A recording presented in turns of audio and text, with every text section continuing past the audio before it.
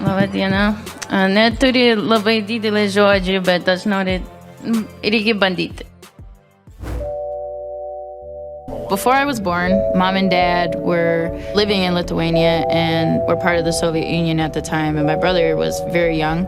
And then Lithuania declared its independence from the Soviet Union. So there was a small window of opportunity to leave the country. My dad had the idea to claim refugee status, and that's how we made our way to Milwaukee. The life at home was very difficult. I grew up being abused. I feel like we all had problems, and I kind of took it upon myself to just do whatever I could to make those problems less and not more. So I just held it inside until one day I finally left and went to Minnesota and to pursue this fighting career. That I went back to Lithuania to get back to my roots, and I realized that, how much time has passed since I kind of began my career and how it's really taken off, and I just haven't been able to keep in touch with like some of the important things that you forget about. And so it was really nice to go back and see my family, see my grandmothers. I haven't seen them in 6 years, and they're like the whole reason why I can even speak a little bit of Lithuanian. So, and they raised us when we were little for a little bit. So.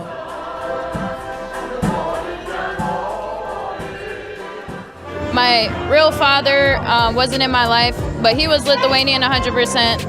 And my mom was 100% Lithuanian. She raised us with my grandmothers, and so my grandmothers spoke to us in Lithuanians early on, and so that was, kind of how I was raised, and that's how I was able to at least know some Lithuanian.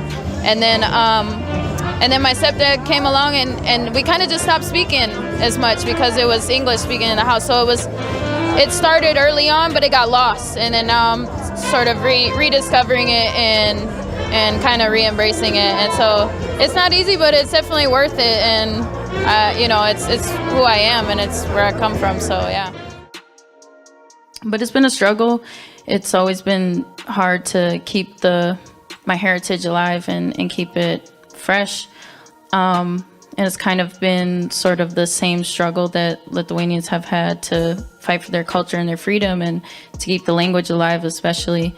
And then it was just the perfect thing when you started out this whole thing by saying Lithuanians are stubborn, because I just could not stop laughing because I literally was having an argument this morning with my fiance because he was saying how I was, he was talking to my other coach about how I'm stubborn, and but I took it as a negative rather than being proud of what I am and where I come from and my roots. And so it was thank you for that, because it helps me embrace where I come from, and maybe that's why I'm sort of, conflicted with that sometimes, because I am removed from, sort of my roots and stuff. It's one of those things where I always am making an effort to try to keep practicing my Lithuanian and stuff like that, and I make sure I talk to my grandmothers and whatnot. But I always try to take it to the next level, because it is something that is it's challenging, but it means a lot to me. And so I always try to think of ways to reincorporate it into my daily life while being in America. And it's not like Spanish where there's, a lot of people speak Spanish here, and you could, whatever. It's there's really nobody to talk to except for my family. My roots run deep, but I sometimes need a reminder of why I am the way that I am. And so it's, like I said, it's just a huge honor to be here, and I'm super proud to be stubborn in Lithuanian. On top of being a fighter and martial arts just being my first love, I also love the outdoors and I love nature. And our teachers used to ask us when we were little, in kindergarten, what do you want to be when you grow up? And what I said was, I want to be a farmer. My lineage is from Lithuania, where they're very in tune with nature, and they're pagans and / Christian. And so they really, just my whole family, they come from living off the land and stuff like that. And so that's always been something I wanted to do. I was just put in this situation, just to, try and do martial arts and trying to I guess control my emotions and stuff, just living in this, chaotic environment that I grew up in. And nature is where I felt the most peace at. So that's always something that I connected with. And then the more that I kind of focus on nature and animals and stuff like that, I noticed that, you know, there's I don't know, I try to live my life the same way. You know, if your hand's closed to give, you know, you can't be open to receive, kind of thing. And I think that the more that I can give to people, the more that I can get myself, you know. And I think that, you know, just like plants and animals, the way, you know, if you look at nature, everything is a symbiotic relationship. And I think that humans can be the same way. I grew up in a urban jungle in Milwaukee, and just concrete everywhere, you know, no place to go outside except for, you know, just playing in the alleys and stuff.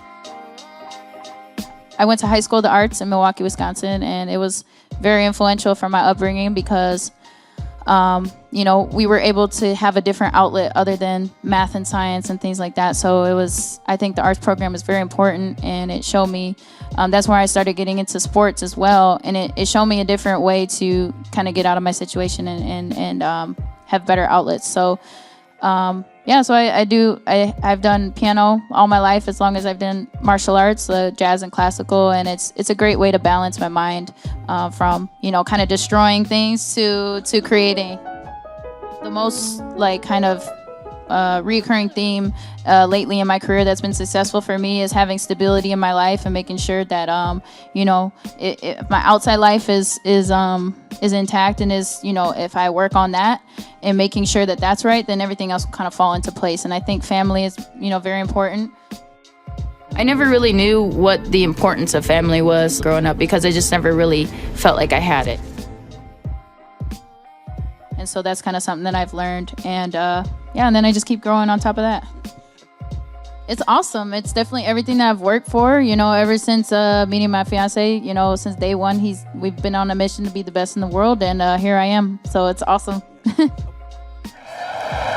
nobody tell you you the best ever.